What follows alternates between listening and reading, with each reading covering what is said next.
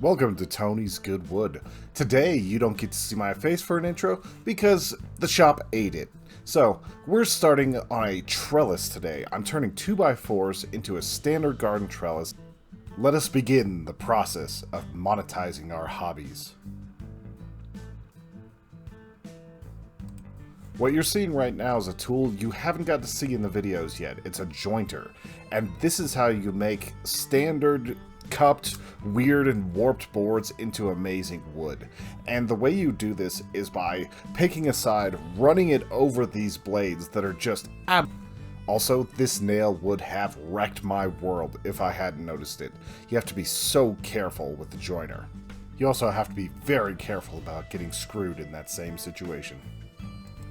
I'm using some 2x4 cutoffs here. I always love being able to repurpose things, take old wood from other projects and use them on new ones, and most woodworkers get obsessive to the point where it's like you've got all these 2-inch chunks hanging around. But I'm turning these 2-footers into the 10 rungs needed for this project. How many views do you think losing my thumb in one of these videos would actually get me? Would it be worth the cost of reattachment and possibly not being able to hold things properly? I think it might. We'll see someday whenever it just naturally occurs. Alright, I think you guys have seen this angle enough. We gotta get faster in how we play with our wood. Just push it, push it, push it, get it done. When you get these fat, long pieces of wood, you really gotta take your time.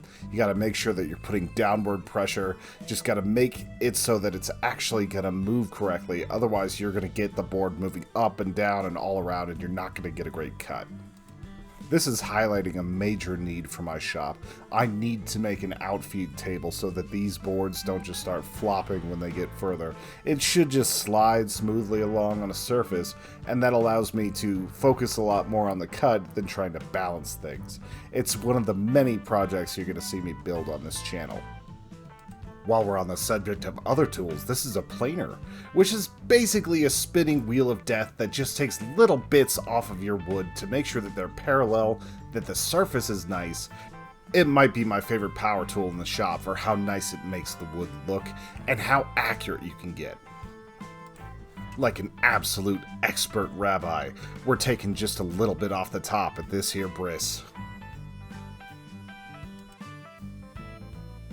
This is a fantastic way to scare the crap out of yourself. The board gets stuck because it wasn't perfectly 1 inch or a little bit over, and you have to force it through, but you also have to keep backing it off and then run it through, run it through, run it through, until you finally have it the same size as the rest. I wonder if I could plane a summer sausage and have it all thin like a cheesesteak or something like that. Just get those meat shavings everywhere. Sometimes fixing a mistake takes many, many passes, but we ended up doing real well on that. And also, this is the mess from the jointer and the planer, and you're not even seeing all of it. It's almost as bad as the dandruff in a 14th century plague camp. It was getting to the point where I was having trouble breathing after working in here for a little bit. Your lungs were just on fire from all the different sawdust and other things that I'd breathed in. So I picked up an air filter that's going to help with that a lot. I still need a respirator, but it's going to do great thing. The goal is to get a shop-wide vacuum system where all the tools are plugged into it, but that's a little bit of a pipe dream right now. Really, I need the pipes. I decided to use an outdoor deck sealant for this. I wanted something that will protect the wood from the elements and also give it a nice, attractive, just brown color. Nothing fancy, I just wanted it to look good, a little bit dyed darker. And here's another highlight of something that I screwed up. I actually put some of the stain on there before I cut these to the perfect size. So I had to go back in, redo the stain afterwards. But what you're seeing right now is me working on the chop saw, digging through, getting all of these set to the exact same length so that whenever I build the ladder, there isn't any overhangs and everything is consistent. And whenever you miss a cut like this, you always want to get a little bit extra rather than too little. That way you can just shave it off. The saw blade itself will take about 1/8 of an inch, but whenever you have less than that, you just kind of gotta slowly drive it down and take that little bead off. Here, I'm setting where the rungs are gonna be. I set them every 10 inches or so, and I'm just trying to make it as consistent as possible, taking a little more time laying it out. I clamped them together for just a little bit more accuracy, and I didn't want anything to move. And while they were clamped, I decided I was going to go ahead and drill the holes for where the carriage bolt's going to be, the thing that holds it together at the top. And it actually worked out pretty well. I was able to mark them consistently, but whenever I went to drill them, it wasn't quite working, so I had to separate them. This project was once again supposed to be where I'd work on my mortising and tenons and all sorts of different joinery. I was going to make it just overproduced, have everything fit together so it's in perfect lines, but I think this actually works a little bit better for plants, having more surface area for them to grab.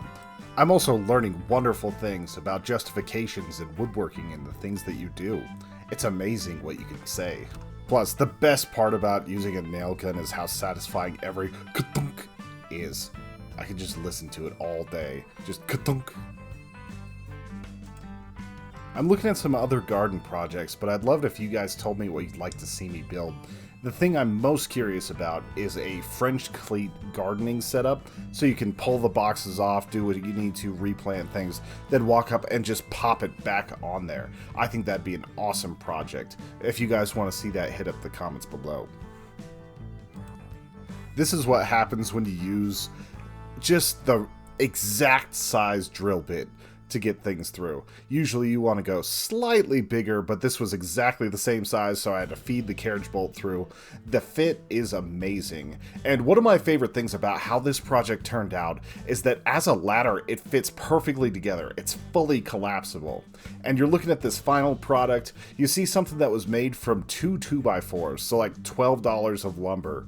And it's really cool. I had a lot of fun making this. It's one of the most effective builds as far as usefulness that I've done so far.